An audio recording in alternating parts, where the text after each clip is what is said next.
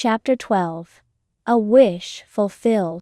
The night was quiet, the kind of peaceful stillness that only came when the world seemed to pause for a moment. The stars sparkled overhead, scattered across the dark canvas of the sky like tiny diamonds. The cool breeze carried with it the faint scent of blooming flowers, and the soft rustle of leaves filled the air. Tadano, Hitohito, and Komi Shouko sat side by side on a low hill behind her house, a blanket spread out beneath them. It was the same spot where, months ago, Tadano had made his wish, a wish that had set everything in motion. Tadano glanced up at the sky, his long black hair falling over his shoulder as he tilted his head back. The stars seemed brighter tonight, or maybe he was just noticing them more. "Zo," Tadano said, breaking the silence. "Do you remember the last time we sat here?" Komi nodded, her hands clasped neatly in her lap. "It feels like forever ago," Tadano continued, a small smile tugging at his lip. "I was still me back then. Well, the old me anyway." Komi tilted her head, her expression curious. "You know what I mean," Tadano said, glancing at her. "Back when I looked like a regular guy? Before all of this." He gestured vaguely at himself, his delicate hands and slim arms catching the starlight. Komi's gaze lingered on him for a moment, before she reached into her bag, pulling out her trusty notebook and pen. She wrote quickly, and handed the notebook to Tadano. "You're still you." Tadano stared at the words, his chest tightening.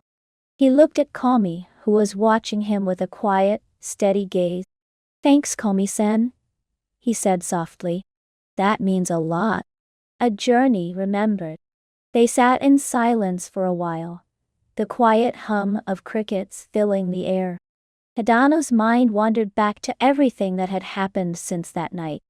The transformation had been surreal, to say the least.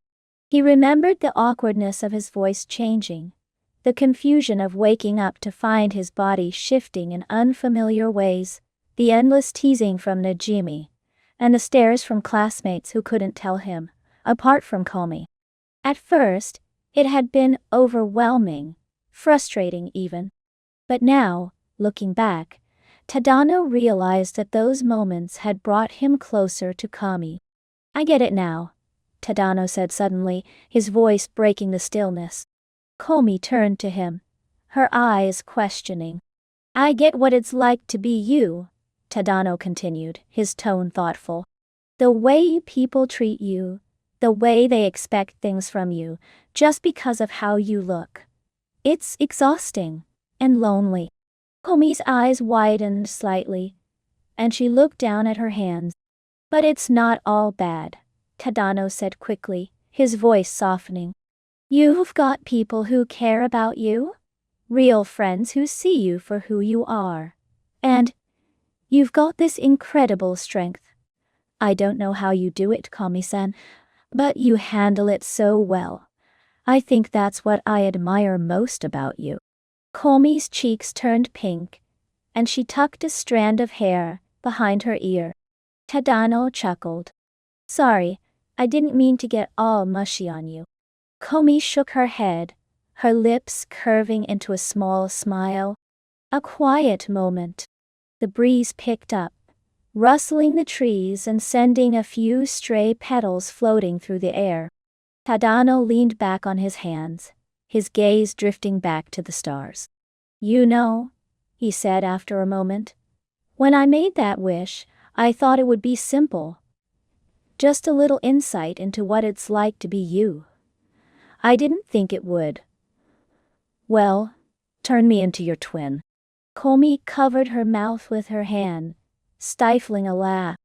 "Okay, you can laugh," Tadano said, grinning. "It's kind of funny when you think about it." Komi's shoulders shook with silent laughter, and Tadano couldn't help but join in. "Still," he said, his tone turning serious, "I don't regret it. Not even a little." Komi's laughter faded, and she looked at him, her eyes soft and warm. I mean it, Tadano said, meeting her gaze. If I hadn't made that wish, I don't think I would have ever truly understood you. And I'm glad I do because, well, you're pretty amazing, Komi-san. Komi's blush deepened and she quickly reached for her notebook. She wrote something down and handed it to Tadano. You're amazing too, Tadano-kun. Thank you for everything. Tadano smiled, his heart swelling with a mix of gratitude and affection, bringing it full circle. For a while, they just sat there, listening to the sounds of the night. Tadano felt a strange sense of peace, like everything had finally fallen into place. You know, Tadano said, breaking the silence, I think my wish came true after all. Not in the way I expected, but in a way that's even better. Komi tilted her head, her expression curious. I wanted to understand you, Komi-san, Tadano explained. And now I do. Not just because I look like you, but because we've been through this together. I get what it's like to be you. Not just the hard parts, but the good parts too. And I think that's the best thing I could have asked for. Komi's lips parted slightly, and her eyes glistened with emotion. She picked up her notebook, her hand trembling slightly as she wrote. When she handed the notebook to him, Tadano read the words carefully. I understand you too, Tadano-kun. You're my closest friend. Thank you for being by my side. Tadano felt a lump in his throat, but he managed a smile. You're welcome, Komi-san. And thank you for trusting me. Komi nodded, her smile bright and genuine. The end of the journey. As the night wore on, the stars seemed to shine even brighter, as if celebrating the quiet bond between the two of them. Tadano stretched, letting out a contented sigh. Well, I guess we should head back. It's getting late. Komi nodded, standing gracefully and dusting off her skirt. Tadano followed suit, and the two of them folded the blanket together before heading back toward the house. As they walked, Tadano glanced at Komi, a small smile playing on his lip. I guess being your twin isn't so bad, he said lightly. Komi glanced at him, her eyes sparkling with amusement.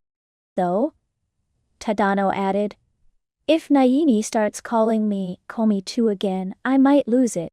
Komi covered her mouth, stifling another laugh.